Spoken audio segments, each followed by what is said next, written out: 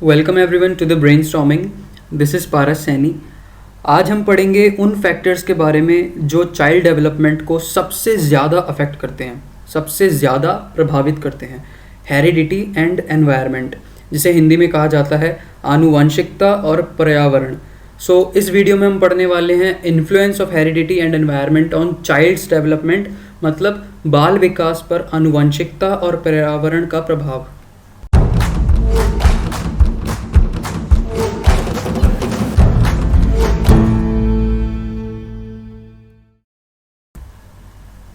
सबसे पहले हम ये जान लेते हैं कि इस वीडियो में हम क्या पढ़ने वाले हैं।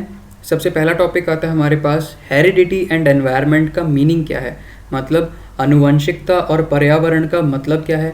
Second, role of heredity and environment on development, मतलब कि भूमिका क्या है आनुवंशिकता और पर्यावरण की किसी विकास पे। हेरिडिटी का प्रभाव और एनवायरनमेंट का प्रभाव क्या है, मतलब affects of heredity and environment. So let's start with the meaning of heredity. मतलब मीनिंग क्या है हेरिडिटी का यहाँ पर।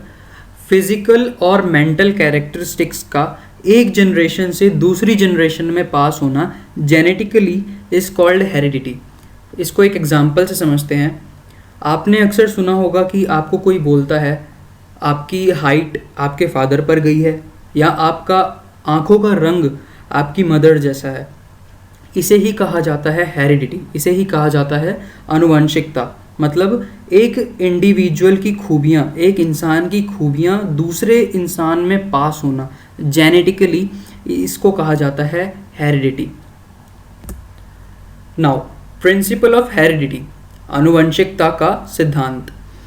हेरिडिटी एंड एनवायरनमेंट आपस में डील करते हैं टू प्रोड्यूस देयर इफेक्ट्स, अपना प्रभाव बनाने के लिए। The way genes act depend करता है उसके एनवायरनमेंट पे, मतलब जीन्स किस तरह से कार्य करेंगे यह उसके पर्यावरण पर निर्भर करेगा।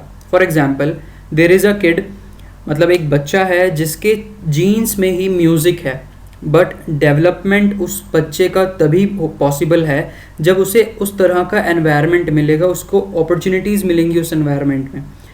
अगर नहीं मिलती हैं तो डेवलपमेंट नहीं हो पाएगा। एक और एग्जाम्पल लेते हैं, सोनू निगम। सोनू निगम अपने सन को, अपने बच्चे को वैसी ही एनवायरनमेंट प्रोवाइड कराते हैं जिससे उसका डेवलपमेंट हो, विकास हो।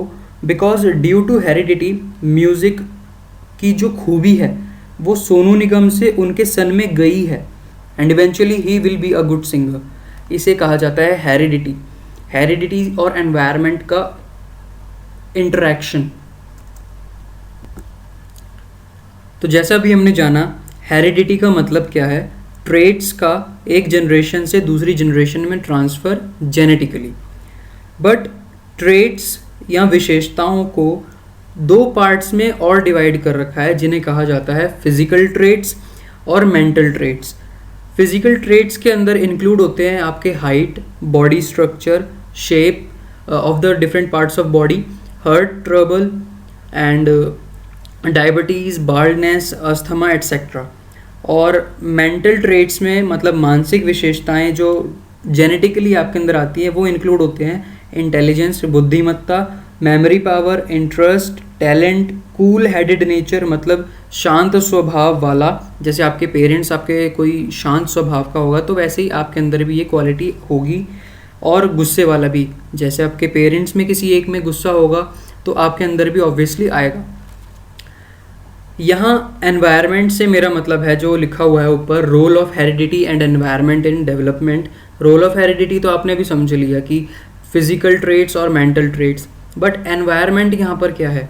यहाँ एनवायरनमेंट से मेरा मतलब है कि सोसाइटी, जैसे फैमिली, होम, नेबर्स, पड़ोसी, मतलब टीचर्स, स्कूल, पॉलिटिकल और रिलीजियस एजेंसीज जो होती हैं वो, मतलब वो सब जो चाइल्ड को खुद के अलावा और ट्रेट्स के अलावा जो भी उसे इन्फ्लुएंस करता है उसे एनवायरनमेंट कहा जाता है।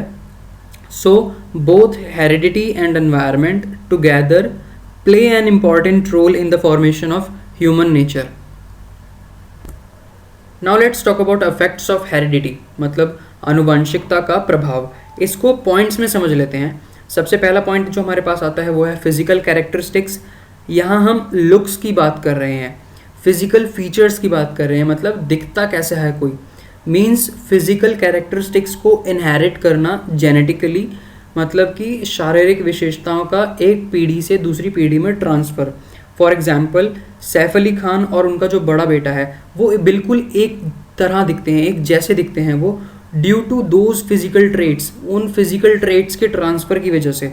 सेकेंड पॉइंट जो हमारे पास आता है वो है इंटेलिजेंस। इसके लिए स्पेसिफिक ट्रेट्स रिस्पॉन्सिबल करते हैं for a child's intelligence, and जो उन चाइल्ड का IQ लेवल होता है वो एसोसिएट होता है उनके पेरेंट्स और उनके भाई बहनों से, मतलब रिलेट करता है उनके पेरेंट्स के IQ से और उनके सिबलिंग्स की IQ से। एंड उसी इंटेलिजेंस जिसे हमने प्राप्त किया अपने पेरेंट्स से, इनहेरिट किया था, उसी से हमारी ability of effective learning, analysis and decision making capacity develop होती है। According to H.H. Goddard, intelligent parents के बच्चे भी इंटेलिजेंट होंगे और डल पेरेंट्स के बच्चे भी डल होंगे। इन्होंने ये बताया था फैक्ट हेरिडिटी का ऑन इंटेलिजेंस। एंड देन जो मेंटल एबिलिटीज़ बच्चा इनहेरिट करेगा, प्राप्त करेगा, वही निर्धारित करेंगी कि how the child develops emotionally. Now the third point we have is character, मतलब चरित्र। मोरल डेवलपमेंट जो होता है वो भी डेवलपमेंट का एक हिस्सा है। सो पेरेंट्स जो होते हैं वो पास कर देते हैं अपने मोरल वैल्यूज़, अपनी नैतिक मूल्यों को अपने ऑफस्प्रिंग में, मतलब अपने बच्चों में। अब हम बात करते हैं हमारे सेकंड मेजर फैक्टर के बारे में जो इन्फ्लुएंस करता है डेवलपमेंट को, सीधा प्रभाव डालता है विकास पर।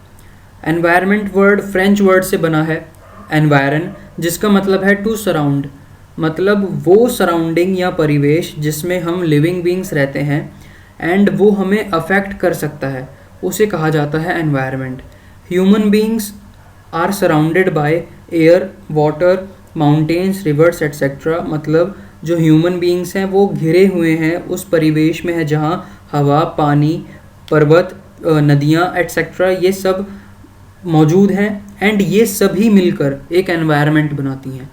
एनवायरनमेंट ह्यूमंस के विकास में, डेवलपमेंट में, मतलब एक अहम भूमिका निभाता है एंड इक्वली कंट्रीब्यूट करता है इन ह्यूमन लाइफ डेवलपमेंट, जिस तरह से हेरिडिटी करती है। तो इसीलिए कुछ साइकोलॉजिस्ट हैं जो साइकोलॉजिकल एनवायरनमेंट को सोशल हेरिडिटी भी कहते हैं। कुछ साइकोलॉजिस्ट थे जिन्होंने एनवायरनमेंट को, पर्यावरण को डिफ़ाइन करा। उनमें से एक थे एन नास्टेस, जिन्होंने पर्यावरण को इस तरह से डिफ़ाइन करा कि एनवायरनमेंट वो फैक्टर है जो ह्यूमंस को उनकी लाइफ के अलावा प्रभावित करे, जो ह्यूमंस को उनकी लाइफ के अलावा अफेक्ट करे। जो दूसरे साइकोलॉजिस्ट हैं, मनोवैज्ञानिक थे, होलैंड एंड ड्यूगलस, इन्होंने डिफ़ाइन करा था एनवायरनमेंट को। एनवायरनमेंट वर्ड का यूज़ सभी एक्सटर्नल फोर्सेस, इन्फ्लुएंसेस, मतलब सभी बाहरी ताकतें और जो प्रभाव डाले एंड कंडीशंस के लिए किया जाता है जो लाइफ, नेचर मतलब प्रकृति, बिहेवियर, ग्रोथ एंड डेवलपमेंट को अफेक्ट करे। इनके अकॉर्डिंग पर्यावरण ये था। अफेक्ट्स ऑफ एनवायरनमेंट मतलब पर्यावरण का प्रभाव विकास पर ऑन डेवलपमेंट। सबसे पहला पॉइंट जो हमारे पास आता है वो है फिजिकल डिसिमिलैरिटीज़। जिस तरह से मोस्टली हेरिडिटी अफेक्ट करता है फिजिकल एट्रीब्यूट्स को, उसी तरह से एनवायरनमेंट का अफेक्ट भी देखा जा सकता है on physical attributes. For example जो माउंटेन्स पर रहते हैं उनकी हाइट कम होती है compared to people living in plains. जैसे लद्दाख के लोग हैं, इनकी हाइट थोड़ी सी कम होती है compare to us. Second point जो हमारे पास आता है वो है affect on superiority of races.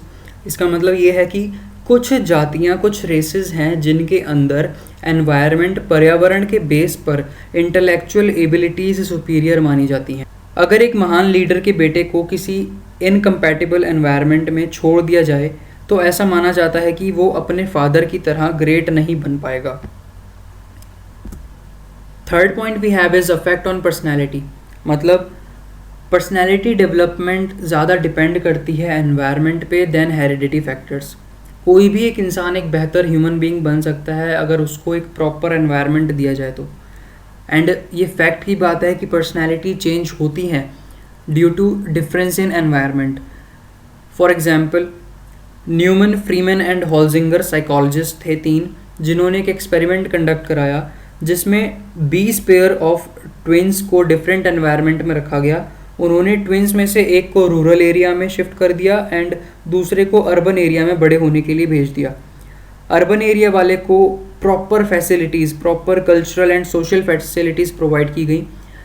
जब दोनों बड़े हो गए, when both children of these pairs grew up, a considerable difference was found in their personality traits. मतलब जो चाइल्ड रूरल एरिया में था was found to be uncivilized, full of anxiety and less intelligent, but जो child urban area में बड़ा हुआ was found to be more sophisticated, care free and more intelligent.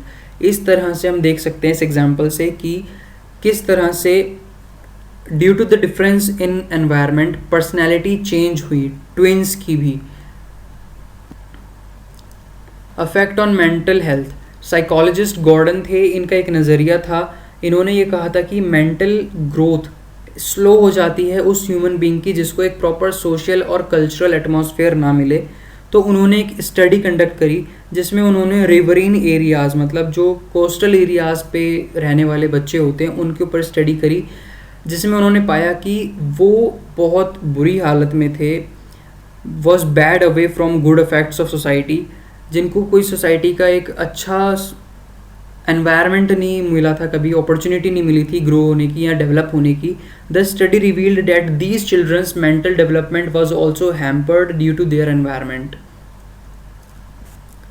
Now the last point we have is environment's multiple effects on growing children, कि किस तरह से एक environment multiple effects show कर सकता है एक बढ़ते बच्चे पर। स्टडी हुई थी जिसके अंदर पाया गया था एक बच्चा घने जंगलों में से जो पला था वाइल्ड एनिमल्स के बीच में, जिसको कुछ हंटर्स ने 1979 में पकड़ लिया था एंड उस टाइम पर उस बच्चे की एज थी 11 से 12 साल। वो लोग सरप्राइज थे कि उस बच्चे का फिजिकल स्ट्रक्चर कंप्लीट एनिमल की तरह हो चुका था। वो वॉक करता था, चलता था अपने हाथों और पैरों पे, दोनों पे, and he was use to eat raw meat, वो कच्चा मांस खाता था। और आपको अगर इमेजिन कर सको तो ये टार्जन की तरह ही है कि वो अपने हाथों और पैरों पर चलता था। So this is how heredity and environment influence the development, कि किस तरह से आनुवंशिकता और पर्यावरण प्रभावित करता है विकास को। आई होप आप सभी को समझ आ गया होगा। If you have any doubts do ask in the comment section, like and share the video, and for more updated videos